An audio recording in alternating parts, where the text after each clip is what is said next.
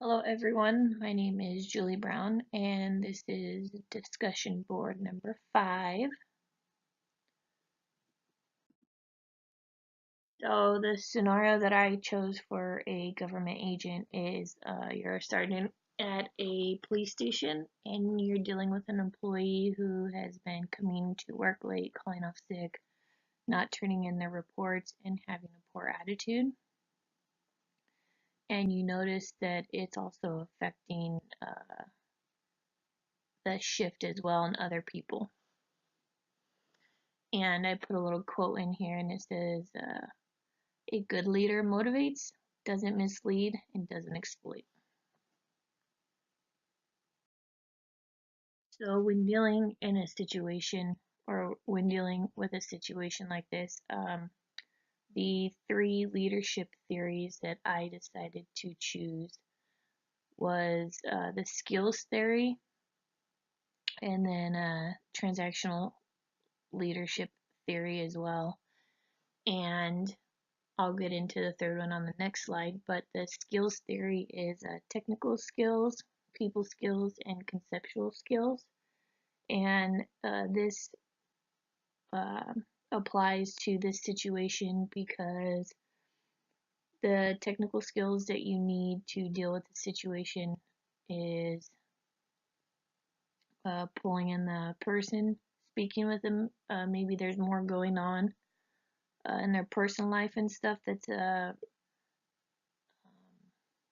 affecting uh, the way that they're working and then people skills because you're dealing with people all the time, and then showing the big picture to them, and if they are working uh, poorly or have a poor work ethic, how it can affect the longevity of the job, uh, whether it's promoting or going to a special team or possibly losing your job, being put on performance improvement plans, being put on leave, getting into um, personnel investigations, or if they want to promote and get to a special team, how you can help that individual in doing so. And then transactional leader is basically a reward and punishment, and then people will follow based on incentives. And the little table at the top of the slide, uh, it goes over effort, performance, and then a reward. And this can also be a punishment as well. And what effort are they putting into the job? And if they know that they're calling off sick and not performing to the level that they need to be, and is it acceptable to be performing in the way that they are? And what do they expect to get out of it? A reward if they're doing a good job, whether that's a specialized team or maybe doing briefing training or whatever the case may be, or like I explained earlier, the punishment if you're not performing to the standard that they want you to. And then the third one that I chose was a situational leadership. And I really like this one because I feel that every situation is different when dealing with whether it's a disgruntled employee or budget issues, um, because no two people are the same. And what might work for one person might not work for the other. And so, with this, I do believe that you have to adapt and overcome and deal with the situation that is presented in front of you. And being a good leader also is going outside the box. And if you don't understand, then asking other people for advice and maybe handling a situation that you've never dealt with before and that somebody else has.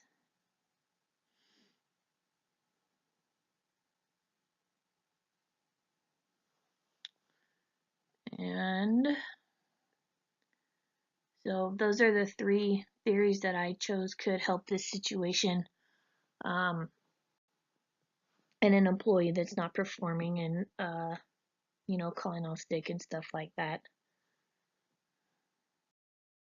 So Hertzberg's theories is the two-step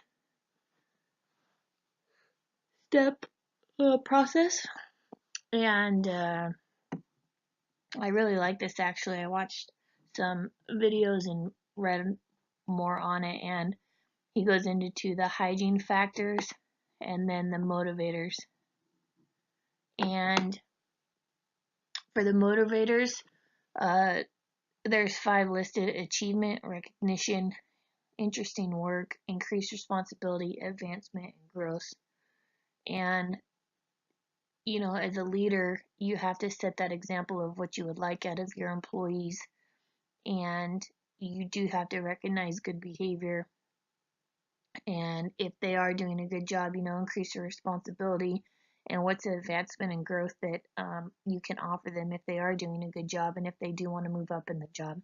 Also, the hygiene factors, company policy, supervision and relationships, working conditions, salary, and security. So for me, I believe both of these actually fit into my situation. Uh, you know, bringing in an employee that's not producing the type of work that you would like them to. What's their long-term goal in this job? Recognize the good, but also address the bad as well. And then, if they think the work is boring or whatever the case may be, maybe increase their responsibility or change.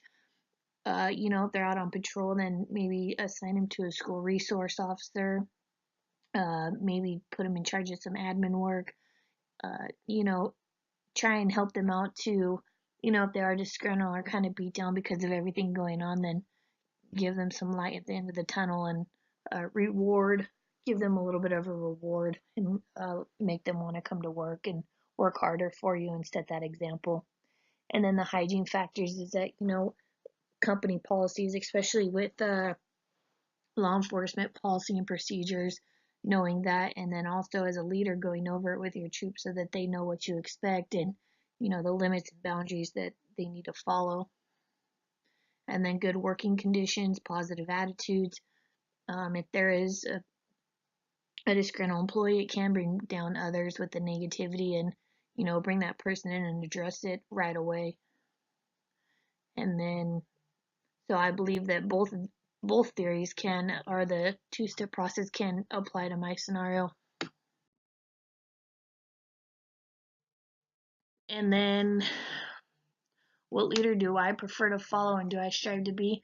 I really like the Hertzberg two-factor theory. I think that it benefits almost any situation and it can be applied. And especially in my line of work as well, if I do get into a leadership position, I feel that the two-factor theory can help me out a lot. And, um, I can assess the situation and then do the motivational factors or the hygiene factors. So I really like his theory. So that is the end of my presentation, and I hope you guys enjoyed it.